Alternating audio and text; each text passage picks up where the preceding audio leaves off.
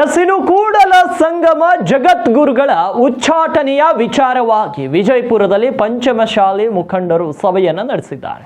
ಸಭೆಯಲ್ಲಿ ಪಾಲ್ಗೊಂಡಿದ್ದಾರೆ ಪಂಚಮಶಾಲಿ ಜಗದ್ಗುರು ಬಸವ ಜಯ ಮೃತ್ಯುಂಜಯ ಸ್ವಾಮೀಜಿಯವರು. ಮುಂದಿನ ಬೆಳವಣಿಗೆಗಳ ಬಗ್ಗೆ ಸಭೆಯಲ್ಲಿ ಚರ್ಚೆ ನಡೆಸಲಾಯಿತು. ಪಂಚಮಶಾಲಿ ಲಿಂಗಾಯತ ಮಹಾಸಭಾದಿಂದ ಮಹತ್ವದ ಸಭೆ ಜರುಗಿರುವಂಥದ್ದು. ಜಾತಿ ಕಾಲಂನಲ್ಲಿ ಲಿಂಗಾಯತ ಪಂಚಮಶಾಲಿ ಸಮುದಾಯ ನಮೂದು ಮಾಡಲು ಸಭೆಯನ್ನ ಮಾಡಲಾಯಿತು. ಇನ್ನು ಪಂಚಮಶಾಲಿ ಸ್ವಾಮೀಜಿ ಬೆನ್ನಿಗೆ ನಿಂತಿದ್ದಾರೆ ವಿಜಯಪುರ ಜಿಲ್ಲೆಯ ಪಂಚಮಶಾಲಿ ಮುಖಂಡರು. ಇನ್ನು ಜಿಲ್ಲೆಯ ನಾನಾ ಕಡೆಗಳಿಂದ ಸಭೆಗೆ ಬಂದಿದ್ದಾರೆ ಪಂಚಮಶಾಲಿ ಮುಖಂಡರು. ಇನ್ನು ಸಭೆಯಲ್ಲಿ ಪಂಚಮಶಾಲಿ ಶ್ರೀಗಳು ಈ ರೀತಿ ಹೇಳಿಕೆಯನ್ನ ನೀಡಿರುವಂಥದ್ದು. ಜಾತಿ ಗಣತಿಯಲ್ಲಿ ಪಂಚಮಶಾಲಿ ಸಮುದಾಯ ಲಿಂಗಾಯತ ಪಂಚಮಶಾಲಿ ಭರಿಸಲು ನಿರ್ಧಾರವನ್ನು ಮಾಡಿದ್ದಾರೆ. ಕಸಬು ಕಾಲಂನಲ್ಲಿ ಕೃಷಿ ಕಾರ್ಮಿಕರು ಅಂತ ಭರಿಸಲು ಕರೆ ನೀಡಿದ್ದಾರೆ ಪಂಚಮಶಾಲಿಯ ಸ್ವಾಮೀಜಿಗಳು. ಇನ್ನು ಮೀಸಲಾತಿ ಹೋರಾಟಕ್ಕೆ ತೊಂದರೆಯಾಗದಿರಲು ಹಿಂದೂ ಧರ್ಮ ಭರಿಸಲು ನಿರ್ಧಾರವನ್ನು ಮಾಡಿದ್ದಾರೆ. ಪ್ರತ್ಯಕ್ಷ ಧರ್ಮ ಮಾನ್ಯತೆ ಲಿಂಗಾಯತರಿಗೆ ಸಿಕ್ಕಾಗ ನಮೂದು ಮಾಡ್ತೇವೆ, ಮೀಸಲಾತಿ ಹೋರಾಟಕ್ಕೆ ತೊಂದರೆ ಆಗಬಾರದು ಎಂದಿದ್ದಾರೆ ಶ್ರೀಗಳು. ಇನ್ನು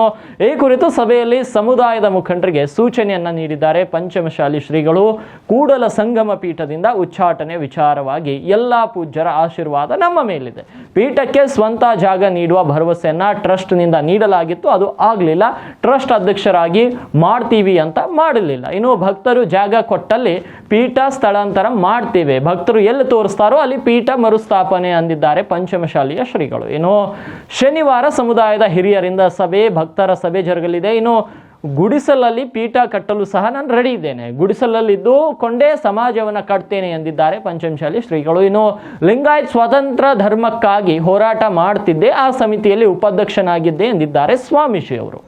ವಿಜಯಪುರ ಜಿಲ್ಲೆಯ ನಮ್ಮ ಲಿಂಗಾಯತ ಪಂಚಮಶಾಲಿ ಮಹಾಸಭಾದ ವತಿಯಿಂದ ಇಂದು ಕರೆದಿರ್ತಕ್ಕಂಥ ಜಾತಿ ಗಣಿತ ಕುರಿತು ಜಿಲ್ಲಾ ಮಟ್ಟದ ಪ್ರಚಾರ ಸಭೆ. ಈ ಸಭೆಯಲ್ಲಿ ನಮ್ಮ ಇಕ್ಕನಗುತ್ತಿಯ ಪೂಜ್ಯರು ಆಗಮಿಸಿದ್ದಾರೆ. ನಮ್ಮ ಜಿಲ್ಲಾಧ್ಯಕ್ಷರು BM ಪಾಟೀಲರು ಇದನ್ನು ಸಂಘಟನೆ ಮಾಡಿದ್ದಾರೆ. ನಮ್ಮ ಜಿಲ್ಲಾ ಮೀಸಲಾತಿ ಹೋರಾಟ ಸಮಿತಿಯ ಗೌರವ ಅಧ್ಯಕ್ಷರಾಗಿರ್ತಕ್ಕಂಥ MS ರುದ್ರಗೌಡರು ಈಗಾಗಲೇ ಅದ್ರ ಕುರಿತು ಮಾತನಾಡಿದ್ದಾರೆ. ನಮ್ಮ ಇಂಡಿ ತಾಲೂಕು ಅಧ್ಯಕ್ಷರು VH ಬಿರಾದವರು ಭಾಗವಹಿಸಿದ್ದಾರೆ. ನಮ್ಮ ಸಿಂಗಿ ತಾಲೂಕು ಅಧ್ಯಕ್ಷರು ಅಂಗರಿಯವರು ಭಾಗವಹಿಸಿದ್ದಾರೆ. ನಮ್ಮ ಬಸವನಬಾಗೇವಾಡಿ ತಾಲೂಕು ಅಧ್ಯಕ್ಷರು ಸಂಜು ಬಿರಾದರ್ ಅವರು, ನಮ್ಮ ವಿಜಯಪುರ ನಗರ ಅಧ್ಯಕ್ಷರು ಶ್ರೀಶೈಲ್ ಬುಕ್ಕಾಣರು ಭಾಗವಹಿಸಿದ್ದಾರೆ. ನಮ್ಮ ಪ್ರಧಾನ ಕಾರ್ಯದರ್ಶಿಯಾಗಿರ್ತಕ್ಕಂಥ ನಿಮ್ಮವರು ಸೊಲ್ಲಾಪುರ ಅವರು ಭಾಗವಹಿಸಿದ್ದಾರೆ. ಮತ್ತು MT ಪಾಟೀಲರು, ನಮ್ಮ ತಿಕೋಟ ಪಂಚಮಶಾಲಿ ಸಮಾಜದ ಅಧ್ಯಕ್ಷರಾಗಿರ್ತಕ್ಕಂಥ MT ಪಾಟೀಲರು, ನಮ್ಮ ಮಾಧ್ಯಮ ವಕ್ತಾರಾಗಿರ್ತಕ್ಕಂಥ ನಮ್ಮ ದಾನೇಶ್ ಔಟಿಯವರು ಮತ್ತು ಅನೇಕರು ಈಗಾಗಲೇ ನಮ್ಮ ಅನೇಕ ಮುಖಂಡರುಗಳು ಇಲ್ಲಿ ಬಂದ್ದಾರೆ. ಒಬ್ಬ ಬೇಸಿಕಲ್ಲ ಮತ್ತು ನಮ್ಮ ಅಡ್ವೊಕೇಟ್ ಪರಿಷತ್ತಿನ ಶ್ರೀಶೈಲ್ ಮುಳಜಿಯವರು ಮೊದಲು ಮಾಡಿಕೊಂಡು ಎಲ್ಲರೂ ಸಹ ಈ ಒಂದು ಪ್ರಚಾರ ಸಭೆಯಲ್ಲಿ ಭಾಗವಹಿಸ್ತಾರೆ. ಅವರೆಲ್ಲರಿಗೂ ನಾನು ಶರಣಾರ್ಥಿಗಳು. ಈಗಾಗಲೇ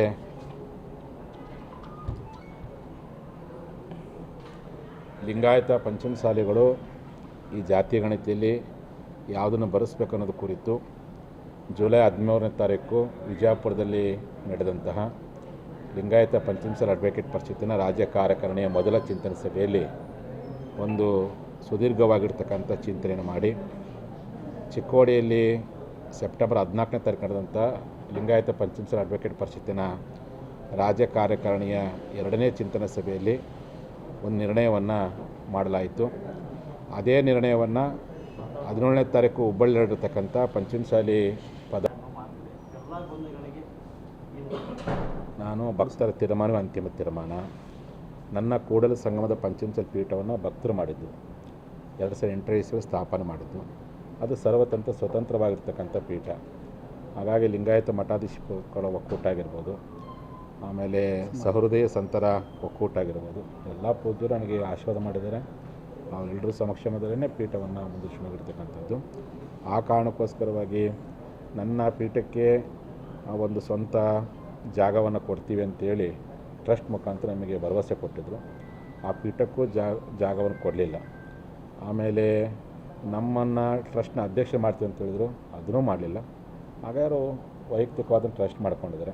ನನ್ನ ಪೀಠ ಸ್ವತಂತ್ರ ಪೀಠ, ಭಕ್ತರು ಮಾಡಿರ್ತಕ್ಕಂಥ ಪೀಠ. ಆ ಟ್ರಸ್ಟ್ನವರು ಕೆಲವರು ಜನ ಮಾಡ್ಕೊಂಡಿದ್ರು. ಅಂಥ 1000 ಟ್ರಸ್ಟು ಇಡೀ ಕರ್ನಾಟಕದಲ್ಲದು ಪಂಚಮಶಾಲಿ ಸರಲ್ಲಿ. ಟ್ರಸ್ಟ್ಗಳಿಗೂ ಪೀಠಕ್ಕೂ ಯಾವುದೇ ಸಂಬಂಧವಿಲ್ಲ. ಪೀಠ ಸ್ವತಂತ್ರ. ಕೂಡಲ ಸಂಗಮದಲ್ಲಿ ಮೂಲ ಪೀಠ. ಅಲ್ಲಿ ಎಲ್ಲಿ ಭಕ್ತರು ಆ ಸ್ಥಳವನ್ನು ಎಲ್ಲಿ ಕೊಡ್ತಾರೋ ಅಲ್ಲಿ ಆ ಪೀಠವನ್ನು ಅಲ್ಲಿ ಸ್ಥಳಾಂತರಗೊಳಿಸ್ತೀವಿ. ಅಲ್ಲ, ಅದು ಭಕ್ತ ಸಮಾಜ ಬಾಂಧವರು ಕೂಡಿ ಗುರುಗಳನ್ನ ಬೈಲಲ್ಲಿ ನಾವು ಪೀಠವನ್ನು ಸ್ಥಾಪನೆ ಮಾಡಿದ್ವಿ. ಆ ಪೀಠಕ್ಕೆ ನಮ್ಮ ಸಂಗಮೇಶ್ವರ ಉಚಿತ ಪ್ರಶ್ನೆ ಆಶ್ರಯ ಕೊಟ್ಟರು. ಅಲ್ಲಿ 4 ವರ್ಷ ಇದ್ವಿ. ಆಮೇಲೆ ಇವರು ಪೀಠಕ್ಕೆ ಭೂಮಿ ಕೊಡ್ತೇವೆ ಅಂದರೆ ತಮ್ಮ ಹೆಸರು ಭೂಮಿ ಮಾಡಿಕೊಂಡ್ರು. ಆಮೇಲೆ ನಿಮ್ಮ ಟ್ರಸ್ಟ್ ಅಧ್ಯಕ್ಷ ಮಾಡ್ತೀವಿ ಅಂತ ಅಧ್ಯಕ್ಷನೂ ಮಾಡಲಿಲ್ಲ. ಅದಕ್ಕೆ ನಾನು ಏನು ಮಾಡಿದೆ, ಅಲ್ಲಿ ಕಟ್ಟೋದು ಬೇಡ ಅಂತ ತಿಳ್ಕೊಂಡು ಜನರ ಮನಸ್ಸನ್ನು ಕಟ್ಟೋ ಕೆಲಸ ಮಾಡೋದು. ಅದು ಶಾಶ್ವತ ಅಂತ. ಒಂದು ಪೀಠದ ಹೆಸರು ಭೂಮಿ ಇರಬೇಕಾಗಿತ್ತು ಅಥವಾ ಗುರುಗಳನ್ನ ಅಧ್ಯಕ್ಷ ಮಾಡೋಕ್ಕಾಗಿತ್ತು, ಅದೇನೂ ಮಾಡಲಿಲ್ಲ. ಅದಕ್ಕೆ ಸಮಾಜ ಶಾಶ್ವತ ತಿಳ್ಕೊಂಡು ಬಸವಣ್ಣವ್ರ ತತ್ವ ಜಂಗಮ ತತ್ವ. ಹಾಗಾಗಿ ಸಮಾಜವನ್ನು ಕಟ್ಟುವಂಥ ಕೆಲಸ ಮಾಡಿದೆ. ಅದು ಕಟ್ಟಿದ್ದೇ ಒಳ್ಳೆಯದಾಯಿತು. ಅಲ್ಲಿ ಏನಾದರೂ ಕಟ್ಟುವಂಥ ಕೆಲಸ ಮಾಡಿದರೆ ವಿನಾಕಾರಣ ಕೆಲವು ವ್ಯಕ್ತಿಗಳು ಅದು ಬಿಟ್ಟು ಕೊಡಬೇಕಾಗಿತ್ತು. ಅದಕ್ಕೆ ನಾನು ಕಟ್ಟೋ ಕೆಲಸ ಮಾಡಲಿಲ್ಲ. ಈಗ ನಮ್ಮ ಸಮಾಜ ಹಿರಿಯರು ನಾಳೆ ಶನಿವಾರ ದಿನ ಅವರೆಲ್ಲ ಕೂಡ್ತಾರೆ, ಅವರೇನು ಚರ್ಚೆ ಮಾಡ್ತಾರೆ. ಆಮೇಲೆ ಭಕ್ತಾದಿಗಳು ರಾಜ್ಯ ಮಟ್ಟ ಸಭೆ ಕರಿತೀವಿ. ಭಕ್ತರು ಏನು ತೀರ್ಮಾನ ಮಾಡ್ತಾರೋ ಅವ್ರು ಗುಡಿಸ್ಲಾಗ ಇದ್ಕೊಂಡು ಸಂಘಟನೆ ಮಾಡಿದ್ರೆ ಗುಡಿಸ್ಲಾಗ ಸಂಘಟನೆ ಮಾಡ್ತೀವಿ. ಇನ್ನು ಎಲ್ಲಿ ಇದ್ಕೊಂಡು ಸಂಘಟನೆ ಮಾಡ್ಕೊಂಡು ಅಲ್ಲಿ ಒಟ್ಟು ಕೂಡಲ ಮೂಲ ಪೀಠ ಇಟ್ಕೊಂಡು ಬೇರೆ ಬೇರೆ ಕಡೆ ಶಾಖಾ ಮಠಗಳನ್ನು ಮಾಡುವಂಥ ಕೆಲಸಕ್ಕೆ ತಯಾರಾಗ್ತೀವಿ. ಹಾಗಾಗಿ ನಮ್ಮ ಸಮಾಜವನ್ನು ಎಲ್ಲರೂ ಕೂಡಿ ಕಟ್ಟಿದ್ದಾರೆ. ಒಂದು ಕುಟುಂಬಕ್ಕೆ ಭಿನ್ನಾಭಿಪ್ರಾಯ ಬರೋ ಸಹಜ. ಸ್ವಲ್ಪರು ನಾವು ಟೀಕೆ ಮಾಡಬೋದು, ಟಿಪ್ಪಣಿ ಮಾಡೋದು, ಏನು ಬೇಕಾದ್ರೂ ಮಾಡ್ಬೋದು. ಅವ್ರು ಯಾರು ಸಹ ಬೇರೆ ಅಂತ ಅನ್ನಕ್ಕೆ ಹೋಗಲ್ಲ. ಎಲ್ಲರೂ ನಾನು ಹೊಟ್ಟೆ ಹಾಕ್ಕೊಳ್ತೀನಿ. ನನಗೇನಪ್ಪ ಅಂದರೆ, ನನಗೆ ಇಂಥ 1000 ನೋವು 1000 ತೊಂದರೆ ಬಂದು ಅದ್ರ ಸಹಿಸೋ ಶಕ್ತಿಯನ್ನು ಸಮಾಜ ನನಗೆ ಕೊಟ್ಟಿದೆ. ಆದರೆ ಗುರುಗಳು ನಂಬ್ಕೊಂಡು ಕಾಲಕ್ಕೆ ನಮ್ಮ ಸಮಾಜ ಬಾಂಧವರು ಅಂದ್ಕೊಂಡ್ರಲ್ಲ, ಅದು ನನಗೆ ಬೇಸರ ಆಗಿತ್ತು. ಆ ಬೇಸರ ನಿವಾರಿಸೋ ಕೆಲಸವನ್ನು ಮತ್ತೆ ಸಮಾಜ ಒಗ್ಗೂಡಿಸೋ ಕೆಲಸವನ್ನು ಎಲ್ಲರೂ ಕೂಡ ಮಾಡ್ತೀವಿ. ಮತ್ತು ಹೆಚ್ಚು ಮಾತಾಡಕ್ಕೆ ಹೋಗಲ್ಲ. ಲಿಂಗಾಯತ ಮಠಾಧಿಪತಿಗಳು, ನಾನು ಲಿಂಗಾಯತ ಮಠ ಕೂಟದ ಉಪಾಧ್ಯಕ್ಷದ್ದೀನಿ. ಆ ಹೋರಾಟವನ್ನು ಶುರು ಮಾಡೋದ್ರಿಂದ ನಾನು 100ಕ್ಕೆ 100ರಷ್ಟು 2 ವರ್ಷಗಳ ಕಾಲ ಮಠವನ್ನು ಬಿಟ್ಟು ಹೋರಾಟ ಮಾಡಿದ್ದು. ಉದ್ದೇಶ ಒಂದು ಅಲ್ಪಸಂಖ್ಯಾತ ಸ್ಥಾನಮಾನ ಸಿಗುತ್ತೆ ಎಲ್ಲ